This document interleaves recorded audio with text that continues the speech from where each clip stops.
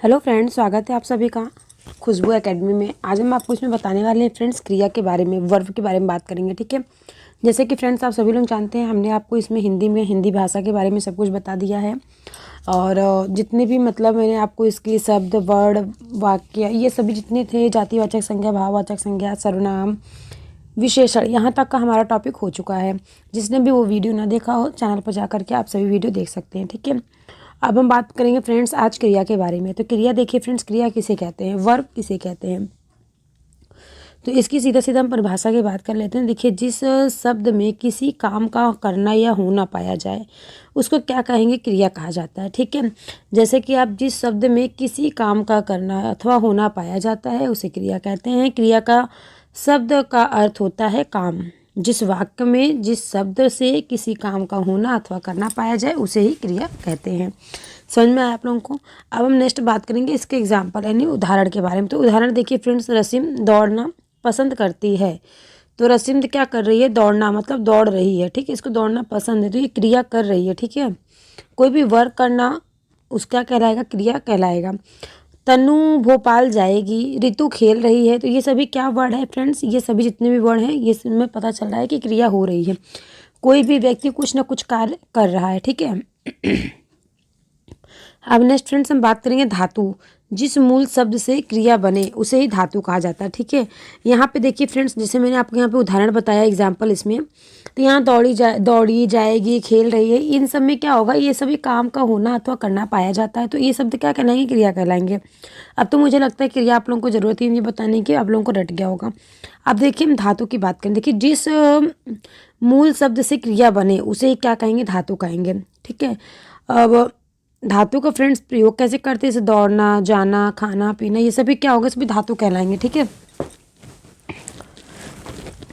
अब फ्रेंड्स हम लोग इसके आगे बात करेंगे धातु कितने प्रकार के होते हैं। धातु देखिए फ्रेंड्स, धातु मूलतः दो प्रकार के होते हैं। धातु कितने प्रकार के होते हैं, दो प्रकार के होते हैं। कौन कौन से धातु होते हैं, देखिए धातु के बारे में हम लोग बात कर लेंगे। तो देखिए, पहला मूल धातु होता है, दूसरा यौगिक धातु होता है। ठीक है, अब देखिए मूल धातु किसे कहते हैं और यौगिक धातु किसे कहते हैं, एक एक करके हम सबके बारे में समझेंगे और सब कुछ आपको हम समझाएंगे। ठीक है, अब देखिए फ्रेंड्स, हम यहाँ पे बात करेंगे मूल धातु किसे कहते हैं और यौगिक धातु किसे कहते हैं। तो देखिए मूल धातु जो होता है, मूल धातु जो है, देखिए फ्रेंड्स, जो मूल धातु स्वतंत्र होती है या किसी दूसरे शब्द पर निर्भर नहीं होती है उसे ही हम मूल धातु कहेंगे। जैसे पढ़ना, खाना, लिखना, ये सभी क्या हो रहा है, और जैसे कि पीना, चलना इत्यादि जो भी सब है ये सभी क्या कहलाएगा, मूल धातु शब्द कहलाएगा। ठीक है, अब नेक्स्ट हम बात करेंगे यौगिक धातु किसे कहते हैं। तो यौगिक धातु देखिए उसे कहते हैं, यौगिक धातु स्वतंत्र नहीं होते हैं या किसी प्रत्यय के योग से बनती हैं। ठीक है, जैसे कि अगर हम बात कर लें कि एग्जाम्पल में चलना से चला, चलना से क्या बना, चला हो गया। और खाना से क्या हो गया, खिला हो गया। पढ़ना से हो गया, पढ़ा हो गया। देखना से क्या हो गया, दिखा। तो इस प्रकार के जितने भी धातु हैं अनंत हैं। कुछ एकाक्षरी, द्विअक्षरी और चार अक्षरी धातुएं होते हैं, तो उसे क्या कहते हैं, उसे यौगिक शब्द कहते हैं, यौगिक धातु कहते हैं। ठीक है, यौगिक धातु फ्रेंड्स देखिए तीन प्रकार के होते हैं। कौन कौन से होते हैं, यौगिक धातु होते हैं तीन प्रकार के। कौन कौन से, पहला होता है प्रेरणार्थक क्रिया धातु, दूसरा होता है यौगिक क्रिया धातु, तीसरा होता है नाम धातु। तो देखिए प्रेरणार्थक जो क्रिया धातु होता है उसमें उठवाना, सुलवाना, सुलाना, लास्ट में क्या आएगा फ्रेंड्स, आना शब्द आएगा। ठीक है, आना मतलब आना, लाना, जोड़ना, ये सभी शब्द आते हैं। देखिए फ्रेंड्स, यहाँ पे हम बात करेंगे जो प्रेरणार्थक क्रिया धातु है, इसमें क्या है, इसमें ये कह रहा है जिस क्रिया से यह पता चले कि कर्ता स्वयं कार्य न करके किसी दूसरे व्यक्ति से कार्य को करने के लिए प्रेरित करता है, तो वो प्रेरणार्थक क्रिया धातु कहलाती है।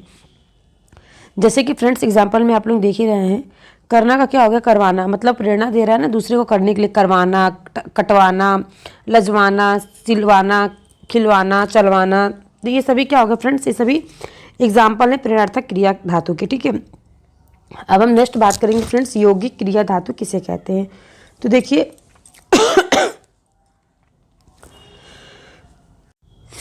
देखिए फ्रेंड्स, अब हम यहाँ बात करेंगे यौगिक क्रिया के बारे में। तो यौगिक क्रिया किसे कहते हैं, तो देखिए यौगिक क्रिया वही क्रिया कहलाते हैं जो दो या दो से अधिक धातुओं के संयोग से प्रत्यय लगाए बिना क्या हो, वह क्रिया करे। ठीक है, उसे ही क्या कहेंगे हम, उसे यौगिक शब्द कहेंगे। उसे यौगिक क्रिया कहते हैं, जैसे चलना चलाना, रोना धोना, चल देना, खा लेना, रो पड़ना।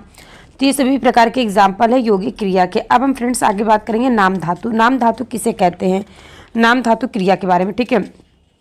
तो देखिए फ्रेंड्स, जो नाम धातु क्रिया होती है ना, इसमें क्या होता है, जो धातु संज्ञा या विशेषण से बनती है उसे ही नाम धातु कहते हैं। जैसे कि संज्ञा से बने नाम धातु, विशेषण से बने नाम धातु।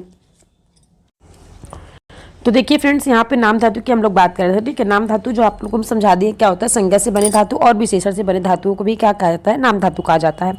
जैसे कि हाथ में हो गया, हथियाना हो गया। बात करने को बतियाना बोल देंगे, गर्म को गरमाना बोल देंगे, ठंडा को ठंडाना बोल देंगे, पागल को पागलपन बोल देंगे। तो ये सभी प्रकार के क्या फ्रेंड्स, नाम धातु कहलाएंगे, ठीक है। अब हम इसके आगे बात करते हैं नेक्स्ट फ्रेंड्स, देख सकते हैं स्क्रीन पे आ गया है।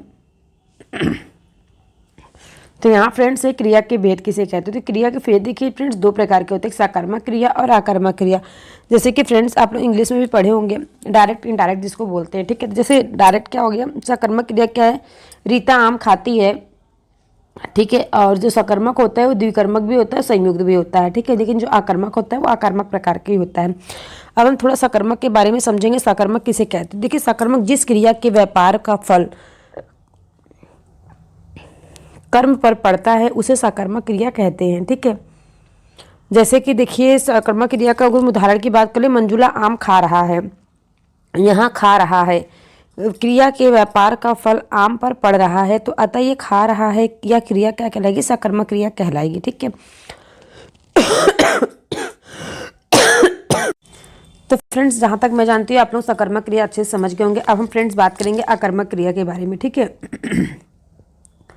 तो फ्रेंड्स देखिए यहाँ पे अकर्मक क्रिया किसे कहते हैं, इसकी थोड़ी डेफिनेशन समझ लेते हैं, आपको बता देते हैं। देखिए जिस क्रिया के व्यापार का फल कर्ता पर पड़ता है उसे अकर्मक क्रिया कहते हैं। जैसे कि रति गई, यहाँ गई का मतलब क्या होता है, क्रिया के व्यापार का फल रति कर्ता पर पड़ता है, तो यह क्या हो गया, गई क्रिया अकर्मक कहलाती है, ठीक है। तो ये अकर्मक क्रिया हो गया। जिस वाक्य में दो क्रिया हो उसे द्विकर्मक क्रिया कहते हैं, ठीक है।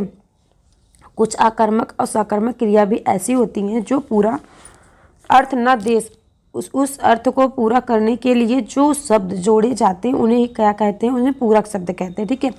अब व्युत्पत्ति के आधार पर अगर हम क्रिया के भेद के बारे में बात करेंगे तो देखिए वो तीन प्रकार की होती हैं। पहली तो होती है मूल क्रिया, दूसरी होती है यौगिक क्रिया, तीसरी होती है पूर्वकालीन क्रिया, ठीक है फ्रेंड्स। तो देखिए जो फर्स्ट है, जो क्रिया दूसरे शब्दों से ना बनी हो उसे मूल मुख्य क्रिया कहते हैं। जैसे एग्जाम्पल में खाना पीना सोना, ये सभी क्या है, ये सभी कहलाएगा जो क्रिया, ये सभी मूल क्रिया कहलाएगा, ठीक है फ्रेंड्स। अब हम नेक्स्ट बात करेंगे यौगिक क्रिया। तो यौगिक क्रिया किसे कहते हैं, देखिए यौगिक क्रिया क्या होती है, जो क्रिया अन्य शब्दों अथवा प्रत्ययों को जोड़कर बनाई जाती है उसे यौगिक क्रिया कहते हैं। जैसे कि आ जाना, चला जाना, खा लेना, ये सभी क्या कहलाएगा फ्रेंड्स, ये सभी यौगिक क्रिया कहलाएगा, ठीक है। अब हम बात करेंगे नेक्स्ट, यहाँ पे देखिए नेक्स्ट अगर हम बात करें, नेक्स्ट क्या दिया गया, नेक्स्ट दिया गया जिस क्रिया का सिद्ध होना किसी दूसरी क्रिया के सिद्ध होने से पहले पाया जाता है उस क्रिया को पूर्वकालीन क्रिया कहा जाता है, ठीक है। जैसे कि आपको मैं बता दूं, सुकन्या पढ़कर सोती है, तो यहाँ पर क्या हो रहा है, पढ़कर सोती है ना, पहले सिद्ध हो जा रहा है। तो इस प्रकार का जो उदाहरण है फ्रेंड्स, ये देखिए सुकन्या जो पढ़कर सोती है, यहाँ पढ़ने का जो कार्य है सोने से पूर्व हो चुका है, तो यह आता क्या है, पढ़कर पूर्वकालीन क्रिया बता रहा है, ठीक है फ्रेंड्स। तो समझ में आया सभी को। चलिए इसके आगे नेक्स्ट बढ़ते हैं। यहाँ तक अगर आप लोगों को कुछ भी टॉपिक ना समझ में आ रहा हो, कुछ भी डाउट हो, तो आप लोग तुरंत कमेंट करके पूछ सकते हैं, ठीक है। तो चलिए नेक्स्ट बात करते हैं। आज फ्रेंड्स यहाँ पे आप लोगों का क्रिया समाप्त कर दें, थोड़ी तबीयत ठीक नहीं लग रही है, और नेक्स्ट क्लास में हम आपकी स्टार्ट करेंगे वाच्य वाइस किसे कहते हैं, ठीक है। तो आज फ्रेंड्स देखिए क्रिया की जो अवस्था होती है, तीन प्रकार की अवस्था होती है क्रिया की। कौन कौन सी क्रिया की तीन प्रकार की अवस्था होती है फ्रेंड्स, यहाँ पे हम लोग आज आपको बताएंगे।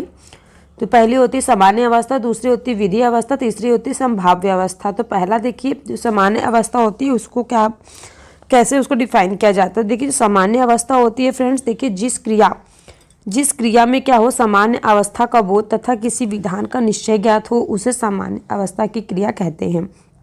जैसे कि आप समझ सकते हैं, मैं आपको बता दूं, जैसे कि एक एग्जाम्पल दे करके, प्रियावद आया और प्रियावद खेल रही है। तो यहाँ पे क्या हो रहा है फ्रेंड्स, जो आया शब्द है ना, ये आया शब्द खेल रही है और क्रिया से आने और खेलने के विधान का निश्चय होता है, तो यह क्या कहलाता है, ये क्रिया की सामान्य अवस्था कहलाती है, ठीक है। अब हम बात करेंगे विधि अवस्था। तो देखिए फ्रेंड्स, जो विधि अवस्था होती है ना, ये दो प्रकार की होती है, परोक्ष और अप्रत्यक्ष।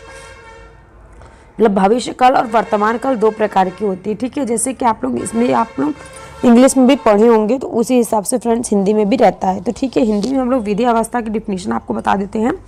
जिस क्रिया से आज्ञा, प्रार्थना, प्रश्न आदि का भाव प्रकट हो, उसे विधि अवस्था की क्रिया कहते हैं।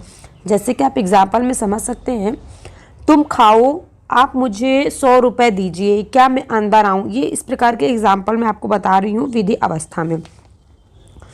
तो देखिए, जिससे कि इस प्रत्यक्ष विधि जो होती है ना फ्रेंड्स, जो प्रत्यक्ष विधि भविष्य काल के लिए होती है, इसमें क्या होता है, इस विधि से आना, प्रार्थना, प्रश्न आदि का वर्तमान काल में कार्यान्वित होना आज्ञा होता है। ठीक है, जबकि जो परोक्ष होता है ना फ्रेंड्स, ये जो परोक्ष होता है नीचे वाला मैं आपको बता रही वर्तमान काल के लिए, इसमें क्या होता है, इस विधि से आज्ञा, प्रार्थना, प्रश्न आदि का भविष्य काल में कार्यान्वित होना ज्ञात होता है। जैसे कि तुम कल विश्वविद्यालय जाना, तुम मैदान में खेलोगे, आप मुझे पुस्तक दीजिए, इस प्रकार की। अब फ्रेंड्स हम बात करेंगे संभाव्य अवस्था के बारे में। तो संभाव्य अवस्था किसे कहते हैं, जिस क्रिया से अनुमान, इच्छा, संदेह आदि का बोध होता है, उसे सामान्य अवस्था की क्रिया कहते हैं। जैसे कि आप एग्जाम्पल में समझ सकते हैं कि शायद वह कलकत्ता में मिल जाए, वह घर पर होगा या नहीं। ठीक है, शायद वह कानपुर में मिल जाए। तो ये संभाव्य अवस्था को प्रकट कर रहा है, इसकी जो है क्रिया का शब्द जो अनुमान, इच्छा और संदेह। ठीक है फ्रेंड्स, आप लोग जरूर कमेंट करके बताइएगा कि वीडियो कितना आप लोगों के लिए हेल्पफुल रहा। मुझे पता है कि आप लोग इस वीडियो के बारे में सोच रहे होंगे कि ये फालतू की वीडियो होती है। देखिए फ्रेंड्स, जो टेट, सुपर टेट की जो तैयारी की जाती है ना, तो मैं ये आपको यूपी टेट का मैं आपको दे रही हूँ पूरा नोट्स, मैंने क्योंकि बना के रखा था और मैंने पूरा क्लास किया है, मेरा हो चुका है, और मैं इसलिए आप लोगों को क्लास दे रही हूँ ताकि आप लोगों का भी अच्छे से पास हो जाए यूपी टेट। ठीक है, ये यूपी टेट का हिंदी का नोट्स है फ्रेंड्स, तो आप लोग अच्छे से तैयारी कीजिए। आई होप आप लोगों को फर्स्ट अटैम्प्ट में ही यूपी टेट अच्छे से क्लियर हो जाए। तो फ्रेंड्स इसलिए मैं कर रही हूँ। ठीक है, तो आप लोगों को वीडियो अच्छी लगे तो प्लीज़ वीडियो को लाइक, शेयर, सब्सक्राइब जरूर कीजिएगा। मिलते हैं हम आपसे ऐसे ही नेक्स्ट वीडियो में। तो कल की फ्रेंड्स जो आपकी क्लास चलेगी वो अविकारी शब्द के ऊपर रहेगी।